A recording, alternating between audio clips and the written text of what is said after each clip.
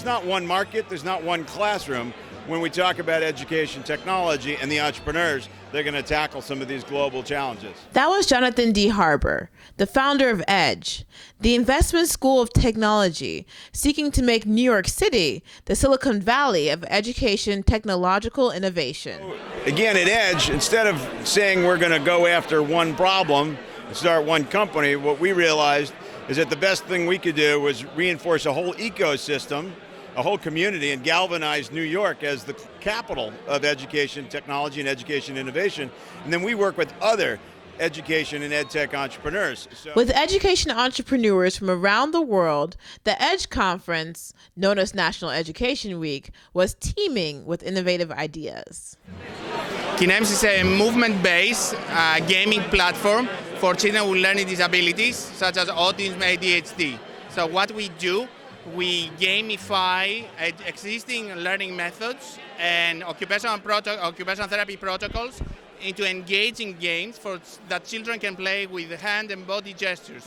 We've been in this sort of edtech space, if you like, for these few years, and you really need to sort of make sure that you validate your idea and your product before you go any further. So for us, that meant, essentially working towards an MVP before we had anything. So, like I said, we had day jobs. It literally was about just making the time, talking to customers. Those days that you had, take a break from your day job, you might take annual leave or something like that.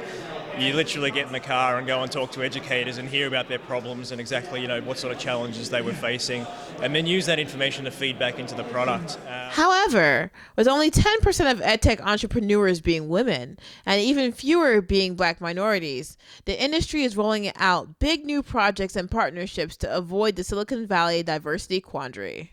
Boston's great, but the reality is 75% of investments last year took place in 3 places: Silicon Valley, New York City, in terms of investments, in Boston. And so we believe that there's a travesty that the 47 other states are grappling over and fighting over the current 25%. And so with Village Capital and Edge Tech and City Community Development, we're proud to announce that we are leading the conversation and sourcing and training early stage entrepreneurs who are women and people of color. And I think that is the future of education. That's the future of entrepreneurship and startups in general, is to ensure that everyone has a swing at the plate. Village Capital, an investment group that is already putting a lot of money into minority entrepreneurs around the world, giving them a chance to build their name, will be partnering with EDGE in hopes to bring more minorities and women into the ed tech sphere.